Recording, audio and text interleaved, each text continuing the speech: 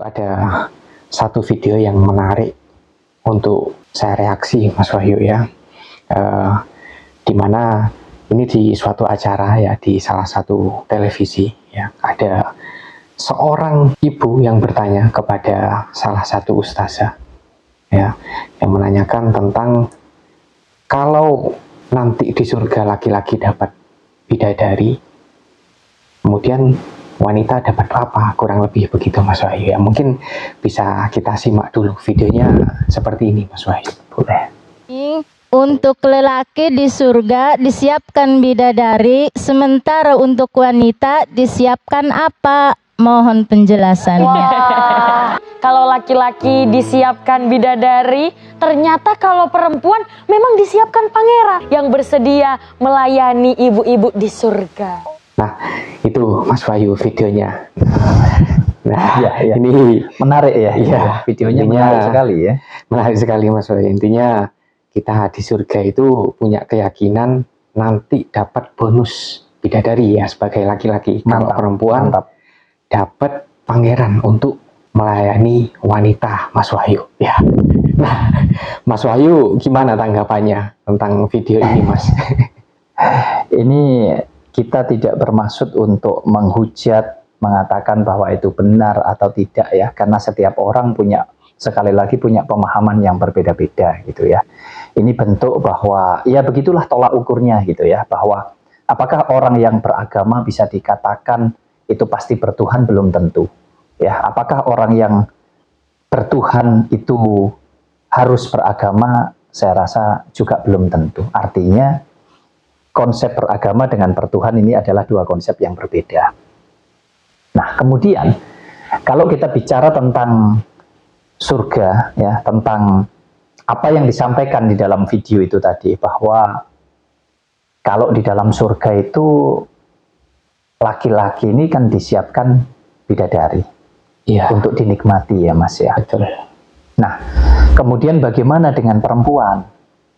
Apa perempuan ini nanti hanya harus rela melihat para suaminya itu menikmati bidadari-bidadari itu atau bagaimana? Tentunya kan bisa membuat imajinasi kita jadi liar ya Mas. Betul, ya. Kita jadi berpikir macam-macam begitu. Saya mau sampaikan begini, ya inilah yang sering kita sampaikan bahwa teman-teman harusnya memahami surga dan neraka ini seperti apa begitu. Apakah ini adalah sebuah aspek geografis tentang sebuah tempat begitu, yang kemudian kita nanti hidup lagi di sana dan kita bisa memiliki hasrat begitu, artinya masih memiliki hawa nafsu dong, artinya kan begitu kurang lebihnya. Ya ini saya rasa tidak terbantahkan Mas Yahya, karena ini hampir semua ahli agama khususnya dari agama Islam ini ya, para pemuka agama sering sekali mengatakan ini, bahwa nanti ada bidadari ya yang bisa dinikmati. Maksudnya dinikmati ini, dinikmati yang seperti apa gitu loh.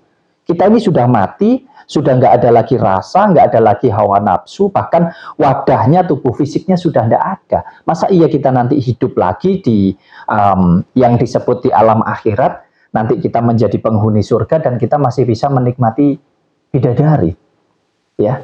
Seolah-olah jadi kayak surga ini jadi kayak tempat apa ini jatuhnya ini?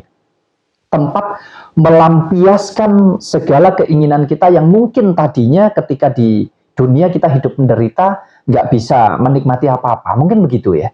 Iya. Sampai-sampai ini apa yang disampaikan di video tadi loh ya, kita memberikan reaksi bahwa perempuan ini katanya nggak boleh bingung, karena ternyata di sana perempuan itu juga disiapkan pangeran-pangeran untuk dinikmati begitu. Sehingga bingung juga nanti jatuhnya para perempuan ini Mas Yahya, antara melayani dan juga dilayani, kan begitu ya? Iya. Antara melayani baik kepada suaminya mungkin, atau bahkan kepada pangeran-pangeran yang sudah tersedia di surga. Inilah yang kadang membuat kita itu bingung ya, sebagai orang yang awam terhadap agama ya. Ini kalau kita bicara konteks agama loh ya.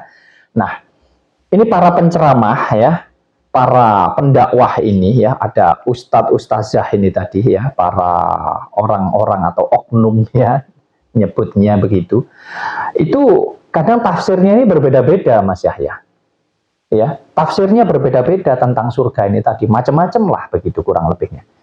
Saya tidak mau membahas tentang konteks beragamanya, karena saya bukan ahli agama, tapi saya mau membahas dari segi pemahaman kita saja ya, sebagai orang awam begitu Mas Yahya.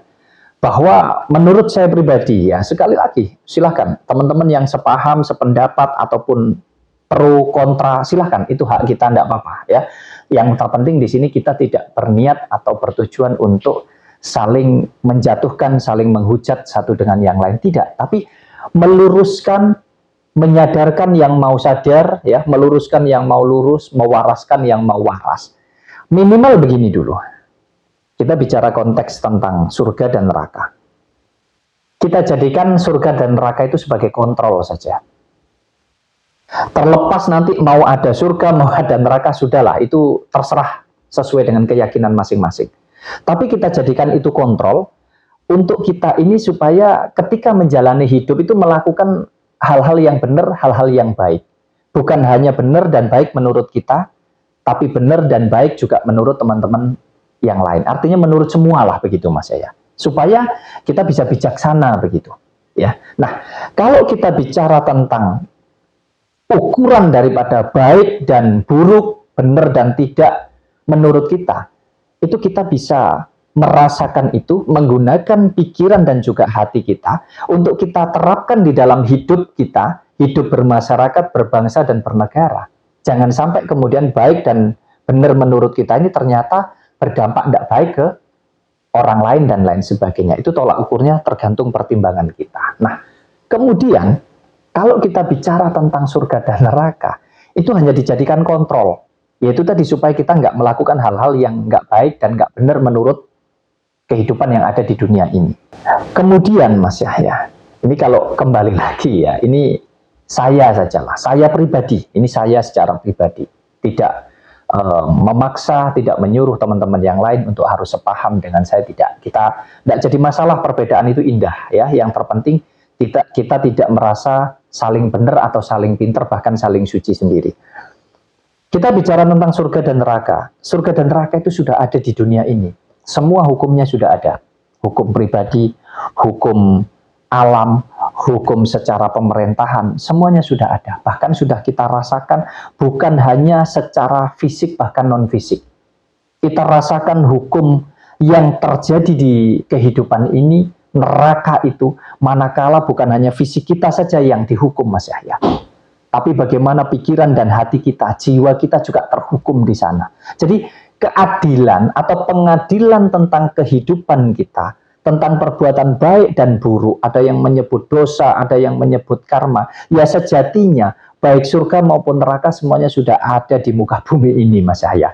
Nggak usah jauh-jauh nunggu nanti mati, apalagi kalau kita berharap masuk surga hanya karena ingin kita bisa menikmati bidadari, kita bisa menikmati pangeran untuk para perempuan, dan kemudian kita bisa menikmati apapun yang kita inginkan di sana. Bahkan bila perlu, ketika hidup kita susah di dunia, nanti kita akan kaya raya di surga. Nah ini kan cara berpikir yang menurut saya ini kebalik gitu. Kenapa kebalik? Ayo, yang penting itu justru ketika hidup di dunia ini. Bagaimana hidup di dunia ini kita bisa hidup dengan baik, dengan benar, rukun, damai, saling mencintai, mengasihi, menyayangi, saling menerima, saling memberi satu dengan yang lain, bermanfaat untuk diri kita nggak sampai susah, bermanfaat untuk orang lain, untuk orang-orang di sekitar kita. Terlepas nanti mau ada surga, mau ada neraka, sudahlah itu urusannya yang maha kuasa, katanya begitu. Bukan ranah kita. Sekarang bagaimana kita menjalani hidup, perilaku kita, tutur kata kita. Saya rasa itu yang jauh lebih penting Mas Yahya. Iya, kadang kita itu nggak bisa berpikir secara luas ya Mas Wahyu. Terlalu percaya ya dengan jubah agama ya. Kalau sudah tampilannya agamis, wah kita wajib percaya. Itu perkataannya benar katanya Mas Wahyu. Selalu saja begitu. Ya, gini. Tidak semua ya. Masih banyak para pemuka agama yang baik, yang bersih hatinya, cara berpikirnya jernih, itu juga banyak Mas Yahya. Tapi banyak juga yang masih mungkin kurang tepat begitu ya. Sebetulnya kita bicara tentang status saja ini ya, status sosial. mau itu pegawai negeri, mohon maaf ini, mau itu oknum instansi apapun, institusi apapun, termasuk juga ada gelar tentang ustazah, ustadz, dan lain sebagainya, termasuk dukun, termasuk paranormal, mau itu tabib, apapun itu. Ini semua kan hanya gelar saja, Mas Yahya. Ini hanya profesi, ya. Ini hanya tentang apa ya? Mungkin Keahlian ya ini. ya bisa dikatakan label ya, mungkin untuk melabeli diri kita ya, begitu ya. Oh, saya ahli ini, itu ahli ini, dan lain sebagainya. Tapi kalau kita mau simpulkan bahwa semua itu tergantung manusianya, bukan tergantung gelar yang dia miliki, gitu maksud saya. Jadi semua berpotensi melakukan hal yang baik dan semua juga berpotensi untuk melakukan hal yang buruk. Satu contohnya, ada banyak dukun yang cabul, yang tidak benar. Ada banyak kiai yang tidak benar juga, mohon maaf ya. Ada banyak oknum dari polisi, ya, dari TNI, ya, oknum dari ASN, oknum dari guru. Ya, ada banyak oknum-oknum ini tadi. Mau itu oknum kiai, oknum ustadz, oknum dukun, dan lain sebagainya. Semua berpotensi sama. Bisa juga melakukan hal yang bahkan melebihi binatang gitu. Tapi yang baik juga banyak. Nah, disinilah tugas kita untuk ayo kita semua ini berkesadaran gitu. Jadi bukan atas dasar baju yang dia pakai. Oh, kalau bajunya bersih, pakai sorban putih semuanya, berarti itu suci, berarti orang yang paling dekat dengan Tuhan. Tidak bisa begitu. Sehingga kemudian kalau sudah bicara tentang, oh ini dokter yang mengatakan berarti kita sepenuhnya percaya. Tidak boleh juga. Ada banyak oknum dokter yang bejat juga, iya kan? Nah, demikian halnya dengan para pemuka agama dan lain sebagainya. Jadi saya rasa ini yang perlu kita selalu sampaikan, tidak bosan-bosan. Tujuannya bukan untuk menghakimi, bukan untuk merasa paling benar, merasa paling pintar, tidak. Tapi ayo coba kita belajar dengan berkesadaran penuh. Kita mempelajari tentang hidup kita, supaya kita ini melihat segala sesuatu hal tidak hanya dari satu sudut pandang, ya, tapi dari semua sisi ini kita lihat. Jadi kita bisa tahu, tidak benar menurut kita sendiri, tapi bisa benar untuk banyak orang. Nah, termasuk juga apa yang ada di video tadi. Jadi menurut saya kurang elok, karena apa? Jatuhnya jadi kayak di surga itu kita hanya untuk pesta seks ini jatuhnya, Mas Yahya. Ya, seolah-olah semuanya tersedia bisa kita nikmati. Bahkan katanya tidak ada lagi usia itu tua muda, semua sama katanya, Mas Yahya. Ya, yang tua menjadi muda lagi. Nah, ini kan hal-hal yang sangat nggak logis. Bahkan bagaimana dengan yang matinya masih bayi misalkan, ya, kemudian matinya masih anak-anak dan lain. Ini sangat nggak logis sekali. Tapi kembali lagi, itu tergantung kepercayaan dan keyakinan masing-masing, dan itu sah-sah saja.